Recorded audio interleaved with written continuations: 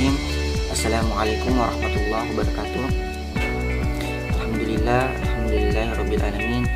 Wa bihi nasta'in ala umuri dunya waddin. Wassalatu wassalamu ala asyrafil anbiya'i wal mursalin sayyidina Muhammadin wa ala alihi wa ashabihi ajma'in, amma ba'd. Pertama-tama mari kita panjatkan puji dan puji syukur atas kehadirat Allah Subhanahu wa taala, atas berkat, rahmat dan hidayahnya sehingga kita dapat hadir di perkuliahan manajemen Pernata Keagamaan ini. Yang kedua, mari kita kirimkan selawat beserta salam kepada junjungan baginda Nabi kita Nabiullah Muhammad sallallahu alaihi wasallam. Allahumma shalli ala sayyidina Muhammad, nabi yang sebagai suri tauladan bagi kita semua, amin ya rabbal alamin. Bagi teman-teman sekalian, pada pertemuan kali ini di mata kuliah manajemen Pernata Keagamaan, adapun yang akan memaparkan makalahnya yakni pada kelompok 6 dengan judul Pernata Pernikahan. Adapun kelompok 6 ini berjumlah dari 3 orang, yakni yang pertama saya sendiri atas nama Udi Rahman, yang kedua ada saudari Salsabila, dan ada saudara Syahrul Hakam. Terkait pernata pernikahan ini, mulai dari unsur pengertian, hukum dan rukun itu akan dipaparkan dari kami selaku pemakalah. Untuk mengefisienkan waktu, pertama-tama penjelasan akan dibahas oleh saudari Salsabila. Kepada saudari saya persilahkan. Baik, pembahasan pertama yaitu definisi, tujuan, dan prinsip dari pernikahan.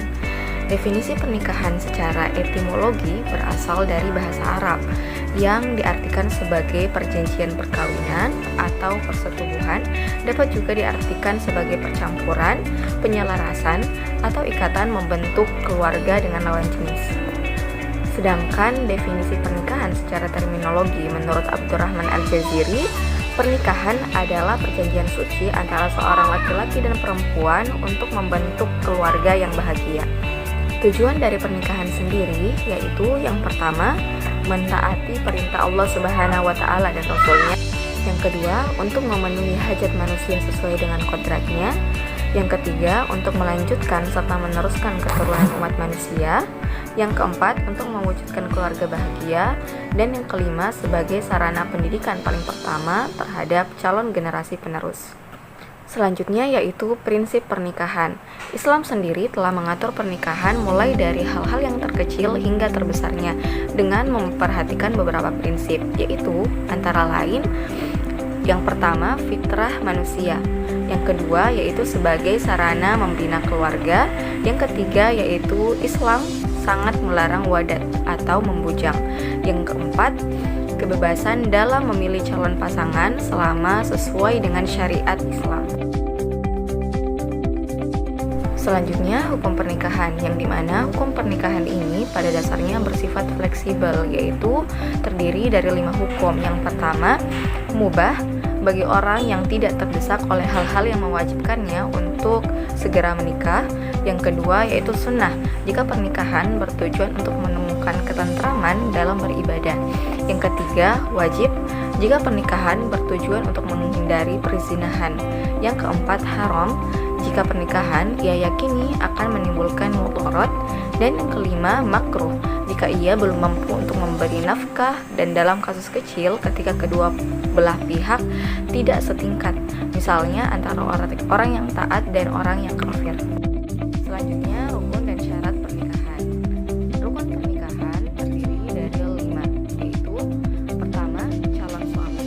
Yang kedua, calon istri. Yang ketiga, adanya wali.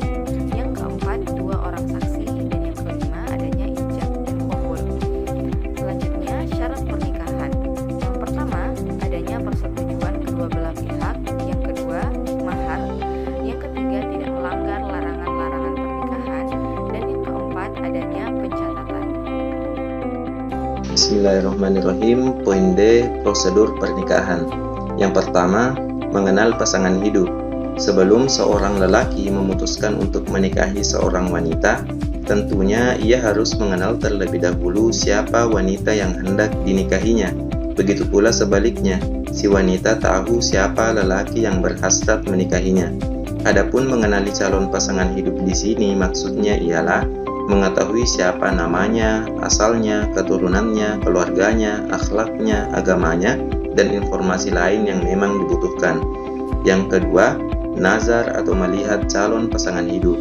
Sebelum memutuskan untuk melamar, dianjurkan untuk nazar, yakni upaya komunikasi, melihat, meneliti baik secara langsung maupun secara tidak langsung terhadap calon yang dikehendaki. Hal ini penting untuk menghindari kekecewaan di kemudian hari. Selanjutnya, ketiga, peminangan atau khitbah. Peminangan dalam ilmu fikih disebut khitbah. Meminang atau khitbah artinya menyatakan permintaan untuk menikah dari seorang laki-laki kepada seorang perempuan atau sebaliknya dengan perantaraan seseorang yang dapat dipercaya. Selanjutnya, poin keempat, akad nikah. Akad nikah adalah perjanjian yang berlangsung antara dua belah pihak yang melangsungkan pernikahan dalam bentuk ijab dan qabul. Poin kelima, walimatul ursyi. Walimatul ursyi merupakan perayaan untuk mensyukuri pernikahan menurut kemampuannya. Dalam budaya Indonesia disebut sebagai resepsi pernikahan. Adapun prosedur perkawinan yang dimuat dalam peraturan pemerintah antara lain: A. Orang yang hendak melakukan perkawinan harus terlebih dahulu menyampaikan kehendak mereka itu selambat-lambatnya 10 hari sebelum akad nikah dilangsungkan. B. Pemberitahuan dapat dilakukan secara lisan maupun tertulis. C. Pegawai pencatat nikah yang menerima permintaan kehendak nikah harus memeriksa calon suami istri dan wali yang bersangkutan tentang kemungkinan adanya larangan nikah dilangsungkan. D.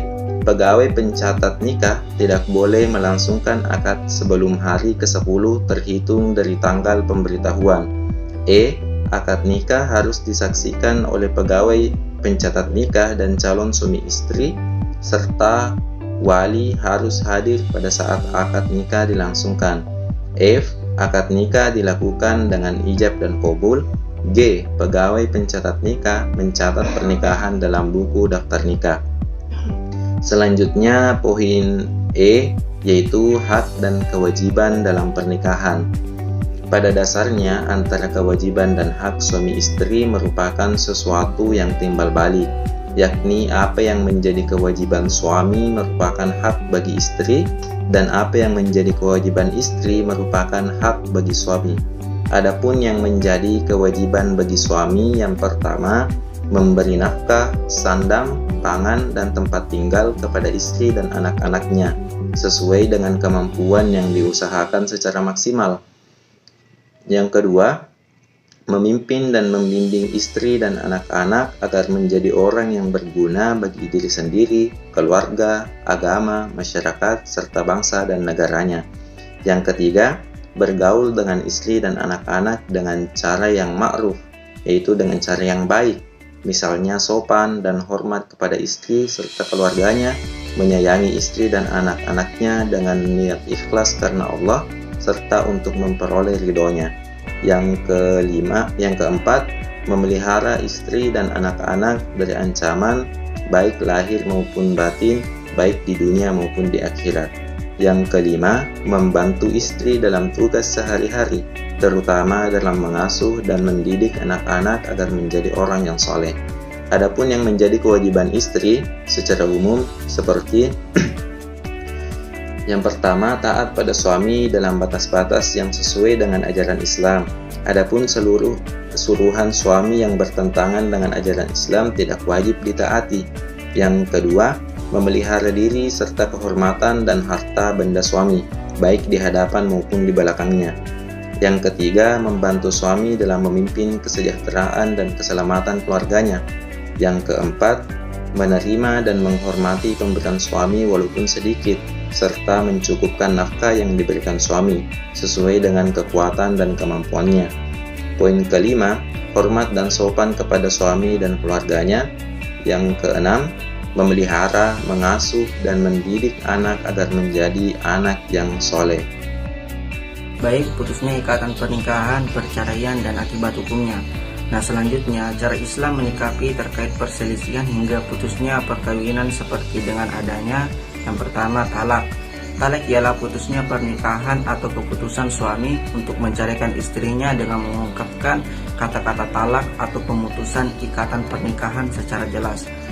Kemudian ada disebut dengan fasak, yaitu putusnya pernikahan yang disebabkan rukun ataupun syarat nikah tidak terpenuhi. Ada yang disebut juga dengan khulu, yaitu pemutusan pernikahan yang diajukan seorang istri kepada suaminya. Nah, permasalahan mengenai pernikahan hingga perceraian juga telah diatur dalam sebuah undang-undang perkawinan maupun peraturan perundangan lainnya, seperti halnya dalam KHI Kompilasi Hukum Islam. Masalah putusnya perkawinan itu diatur dalam bab 16 terkait perkawinan dapat putus dikarenakan yang pertama adanya kematian, yang kedua perceraian, yang ketiga atas putusan pengadilan. Nah, putusnya perkawinan yang disebabkan karena perceraian itu dapat terjadi karena talak atau berdasarkan gugatan perceraian. Kemudian putusnya pernikahan dapat terjadi karena adanya beberapa alasan seperti berikut. Pertama, salah satu pihak berbuat zina atau menjadi pemabuk, pemadat, penjudi, dan lain sebagainya yang sukar disembuhkan. Kedua, salah satu pihak meninggalkan pihak lain selama 2 tahun berturut-turut tanpa alasan yang sah atau karena hal lain di luar kemampuannya. Ketiga, salah satu pihak mendapat hukuman penjara 5 tahun atau hukuman yang lebih berat setelah perkawinan berlangsung. Yang keempat, salah satu pihak melakukan kekejaman atau penganiayaan berat yang membahayakan pihak lain. Kelima, salah satu pihak mendapat cacat badan atau penyakit dengan akibat tidak dapat menjalankan kewajiban sebagai seorang suami atau sebagai seorang istri. Keenam, antara suami dan istri terus-menerus terjadi perselisihan dan pertengkaran dan tidak ada harapan akan hidup rukun lagi dalam rumah tangga. Ketujuh, suami melanggar taklif talak. Kedelapan, peralihan agama atau murtad yang menyebabkan terjadinya ketidakrukunan dalam rumah tangga. Kemudian akibat dari perceraian diuraikan dalam beberapa poin. Yang pertama, anak yang belum mumayyiz berhak mendapatkan hadanah dari ibunya, kecuali bila ibunya telah meninggal dunia, maka kedudukannya digantikan oleh 1. Wanita-wanita dalam garis lurus ke atas dari ibu. 2. Ayah. Ketiga, wanita-wanita dalam garis lurus ke atas dari ayah. Keempat, saudara perempuan dari anak yang bersangkutan. Kelima, wanita-wanita kerabat sedarah menurut garis samping dari ayah. Kemudian yang kedua, anak yang sudah mumayyiz berhak memilih untuk mendapatkan hadanah dari ayah atau ibunya. Ketiga, apabila pemegang hadanah ternyata tidak dapat menjamin keselamatan jasmani dan rohani anak, meskipun biaya nafkah dan hadanah telah dicukupi, maka atas permintaan kerabat yang bersangkutan, pengadilan agama dapat memindahkan hak hadanah kepada kerabat lain yang mempunyai hak hadanah pula. Keempat, semua biaya hadanah dan nafkah anak menjadi tanggung jawab ayah menurut kemampuan sekurang-kurangnya sampai anak tersebut dewasa atau dapat mengurus dirinya sendiri. Kelima, bila mana terjadi perselisihan mengenai hadanah dan nafkah anak, pengadilan agama memberikan putusannya berdasarkan poin pertama, kedua, dan poin ketiga. Selanjutnya yang keenam, pengadilan dapat pula dengan mengingat kemampuan ayahnya menetapkan jumlah biaya untuk pemeliharaan dan pendidikan anak-anak yang tidak turut padanya. Kemudian istilah dalam perceraian. Yang pertama ada yang disebut dengan syikak, yaitu perselisihan terus-menerus yang tidak mencapai titik temu antar pasangan suami istri hingga mengharuskan untuk adanya pelerai antar masing-masing pihak, baik dari pihak suami maupun pihak istri. Nah, apabila dengan didatangkannya pelerai tidak juga menghasilkan perdamaian, maka permasalahan ini diberikan kepada pihak pengadilan agama untuk memutuskan hukum untuk pasangan suami istri, melakukan negosiasi agar rujuk atau pengajuan talak ataupun khulu. Nah, kemudian ada istilah yang disebut dengan iddah, yaitu masa vakum atau dapat juga disebut penantian yang diperuntukkan khusus perempuan setelah pemutusan pernikahan, baik itu karena talak, fasak, khulu maupun ditinggal mati oleh suami. Nah, dengan tujuan untuk mengetahui apakah wanita tersebut sedang mengandung atau tidak. Kemudian ada istilah yang disebut dengan li'an, yaitu tuduhan buruk disertai sumpah antara pasangan di mana keduanya menguatkan pendiriannya masing-masing dengan sumpah masing-masing hingga pernyataan laknat atau kutukan jika ia berdusta. Nah, hal ini dinilai menyebabkan perceraian yang tidak membolehkan mereka untuk rujuk selama-lamanya. Kemudian ada istilah yang disebut dengan ila, yaitu ucapan suami dinilai sumpah yang menyatakan untuk tidak akan mencampuri istrinya dalam jangka waktu tertentu maupun tidak. Maka istri berhak untuk menunggu hingga kurun waktu 4 bulan. Nah, jika sebelum waktu 4 bulan suami kembali, maka wajib baginya membayar kafarat sumpah. Namun, jika lebih dari kurun waktu tersebut, maka hakim berhak memberikan pilihan kepada suami untuk kembali kepada istrinya atau mentalak dengan talak bain sughra. Hal ini hampir sama dengan ketika suami mengucapkan punggungmu sama dengan punggung ibuku. Sekalipun tidak disertai talak, suami tetap membayar kafarat atau denda sebelum mencampuri istrinya. Nah, permasalahan ini disebut dengan istilah zihar. Mungkin itulah presentasi dari kelompok kami, kelompok 6 yang membahas tentang pranata pernikahan. Lebih dan kurangnya mohon dimaafkan. Wallahu muwaffiq ila aqwamit thoriq. Wabillahi taufiq wassa'adah. Assalamualaikum warahmatullahi wabarakatuh.